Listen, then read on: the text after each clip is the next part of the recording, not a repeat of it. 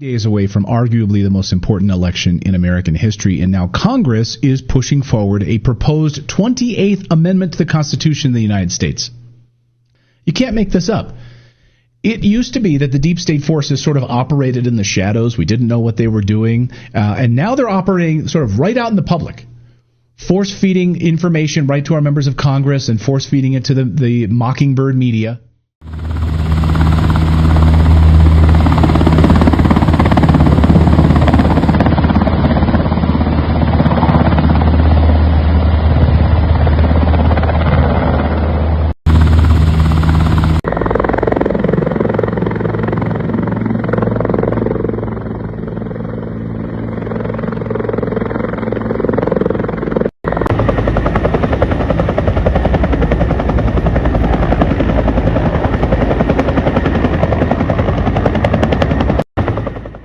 Openly telling us right now that they are prepping for a mass casualty event in Washington, D.C.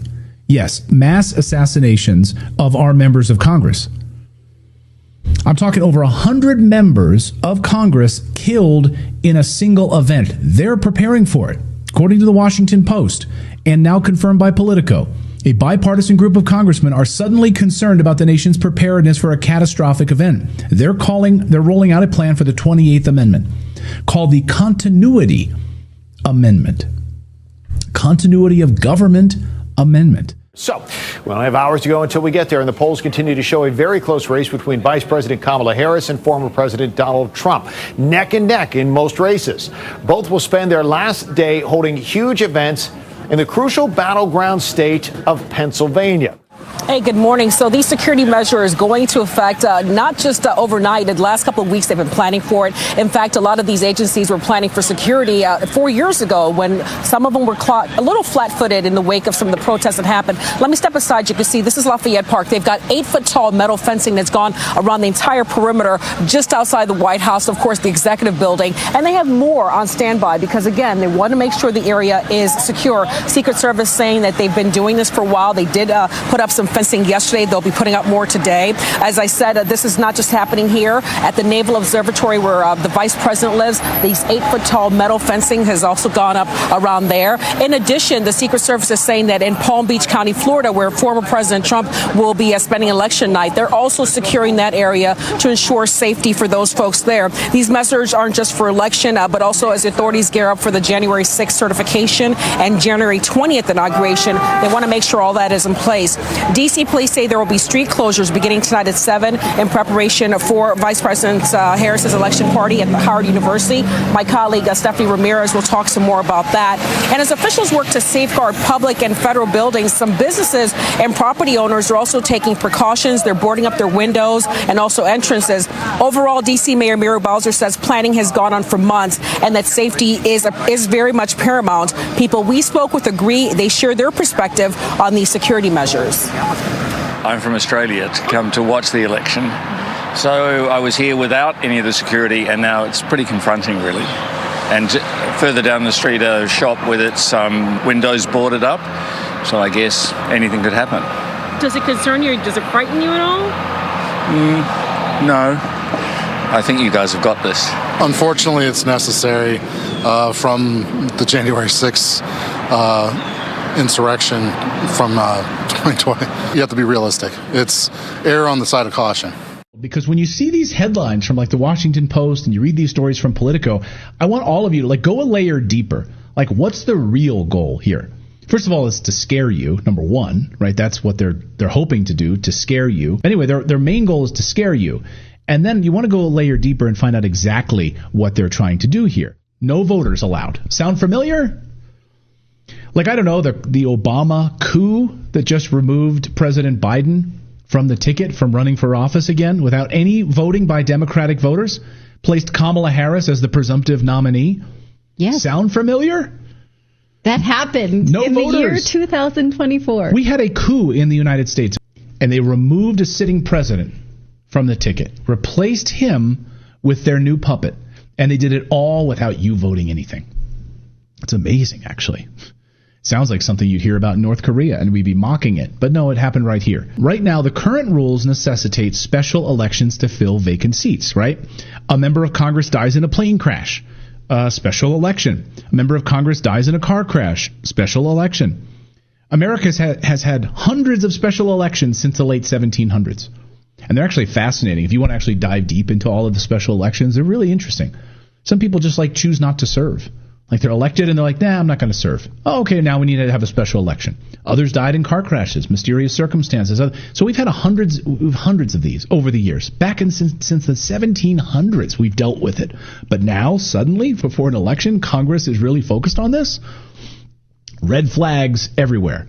So America's had hundreds of those. But what has changed right now? What has changed right now? Could it have anything to do with a 2016 study of special elections that the House of Representatives decided to do? So the House of Representatives put out their own study to see how, this was during Obama's time in office in 2016, to see how special elections were carried out. It found that during special elections, the number one factor that determined if a candidate would win in a sudden special election was the approval of the president. So if Trump is hugely popular, then a special candidate would likely win that special election. If the president is hated, then they're likely to lose. So the number one factor for the success of a candidate in these special elections is the popularity of the president of the United States at the time. Pretty interesting, because I guess there's not a lot of other time right now with a special election, so the popularity of the president really drives the narrative here. In other words, if you have a Democrat running and Kamala is president and the country thinks she's a disaster, well, then the candidate likely loses that special election, because according to this study by the House of Representatives, right now we have a 49-day time limit to hold special elections, but Congress thinks that's too long. And they would get rid of that election, and instead, here's how the amendment would work. Lawmakers would submit a list of 5 successors from their own party to the state governor. In the event of a mass casualty incident, hundreds of members of Congress are killed, wiped out. The governor then would appoint one of these nominees as the replacement, ensuring that the legislative body remains operational until they could get their act together and then hold an election. But right away, the governor would choose based on those selections from their party. Okay, no voters needed. You don't need a vote. You don't need voters in this. But here's where it gets tricky. Passing a constitutional amendment, of course, is nearly impossible in the United States.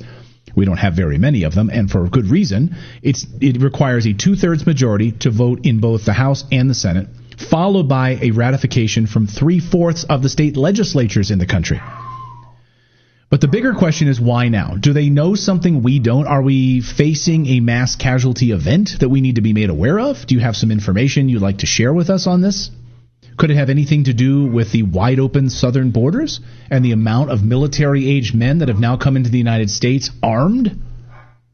I'd like to know about this. Are the warmongers in the deep state planning to take us to war with Iran, with Russia? What are they exactly hiding here? I would love to know. There are no such things as coincidences in Washington, D.C. Why now? You think it's a coincidence? Why is Congress right now doing this? Right now, our continuity of government protocols in the event of a national emergency take the power away from Congress, and the president has to put it into this guy's hands. This guy right here is, let me see if I can get my images up here. Next image. I can't find the next image. Sorry, I can't help you. I'm sitting over here. I'm trying. All right. No, that's the wrong one. Next image. Oh, well, we'll get the images up later. But anyway, this is Gregory Gallo, a name you guys should all learn. Here he is. He is the commander of NORAD and NORTHCOM, which means that in a continuity of government scenario where national security is at risk, he becomes our leader. The head of NORAD becomes our leader. He basically becomes the acting head of government. He calls the shots. Not Tim Walz, not J.D. Vance. The head of NORAD becomes our leader in the case of a catastrophic event and an invasion of our country. NORAD even boasts about it on their own Twitter feed, talking about how, that's what NORAD does, enables continuity of government operations. And he's in Washington right now having meetings about continuity of government. Okay, it's all interesting timing, isn't it? So the timing of this 28th Amendment proposal on the cusp of a major election right now raises some serious eyebrows. And I'd love to hear your thoughts on this in the comments below, what you guys think about this.